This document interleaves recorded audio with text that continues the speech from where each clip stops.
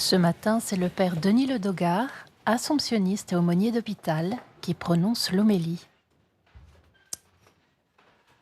Frères et sœurs, amis en Christ, qui parmi nous ne s'est pas écrié un jour, avec une pointe d'humour, « Ma vie quotidienne, c'est métro, boulot, dodo ». Si la formule est un peu caricaturale, elle résume bien le déroulement des journées de la plupart d'entre nous.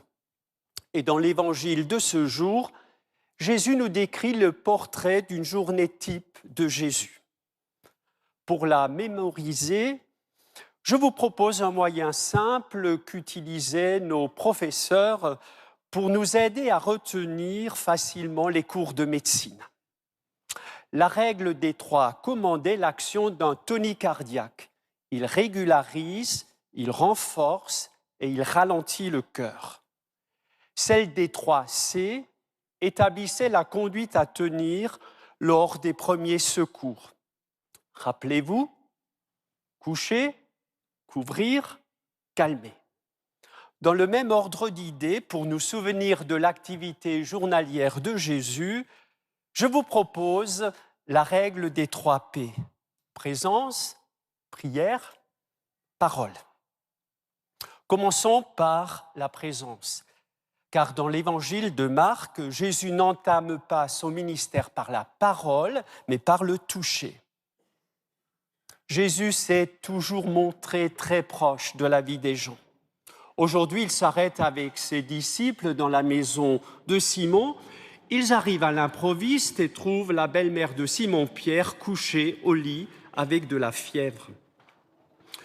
Elle est désolée de ne pouvoir s'occuper d'eux. Ceux qui, parmi nous, ont déjà été cloués au lit avec une forte grippe le savent, on n'aspire à rien, sinon à ce que nous laisse tranquilles.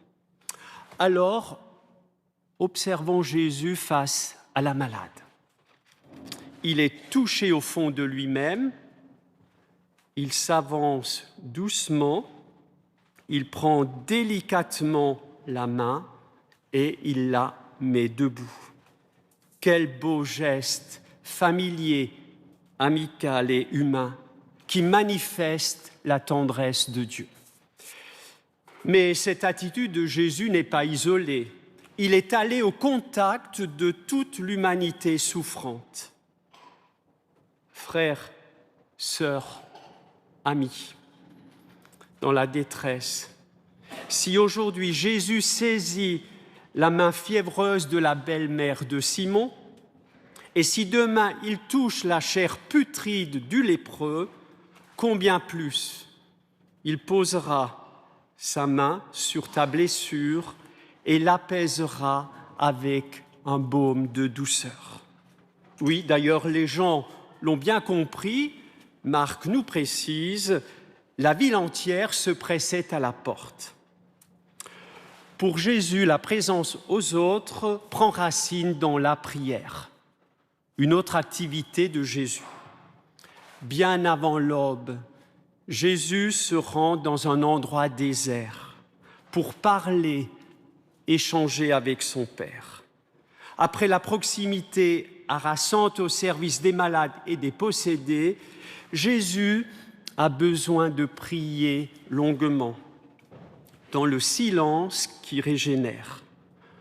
Si l'évangile d'aujourd'hui ne précise pas le contenu de sa prière, nous le savons par d'autres extraits, que Jésus est toujours orienté vers son Père.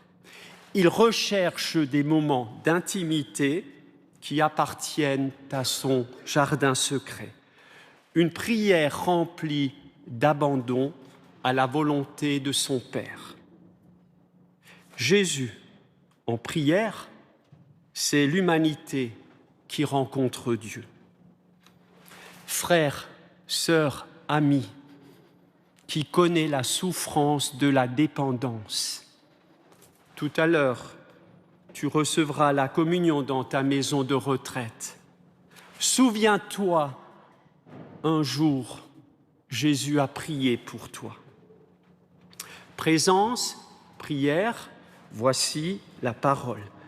Marc ne rapporte pas le discours de Jésus, il se contente de dire « Jésus proclamait l'Évangile ». Jésus ne fait pas d'effet de manche. Il ne vitupère jamais contre les mœurs dissolues. Il ne rivalise pas d'éloquence pour plaire ou séduire. Jésus parle simplement et tout le monde le comprend. Il n'y a aucune distance entre ce qu'il est, ce qu'il vit, ce qu'il dit et ce qu'il pense. D'ailleurs, ce qu'il annonce, c'est la bonne nouvelle. Avec Jésus, un horizon nouveau s'ouvre pour chacun, en priorité pour les plus pauvres. Mes amis, ils sont le trésor de l'Église. Par fidélité à la parole de Jésus, il nous faut prendre soin comme lui des démunis. Frères, sœurs, amis, qui te sens quelquefois mis de côté, méprisé, humilié, ne désespère pas. La bonne nouvelle est en priorité pour toi. Frères et sœurs, je vous invite donc à ajuster votre vie quotidienne à cette règle des 3 P. Souvenez-vous, présence, prière, parole. Oui, vivons une présence généreuse auprès de tous les blessés du cœur, du corps et de la vie que nous rencontrons dans nos villes et dans nos villages. Puisse notre main, comme celle de Jésus, faire des merveilles.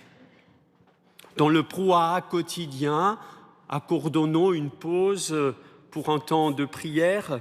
Lisons, méditons la parole de l'Écriture, même sur notre téléphone intelligent. Écoutons une musique qui élève l'âme vers l'harmonie et la beauté de Dieu.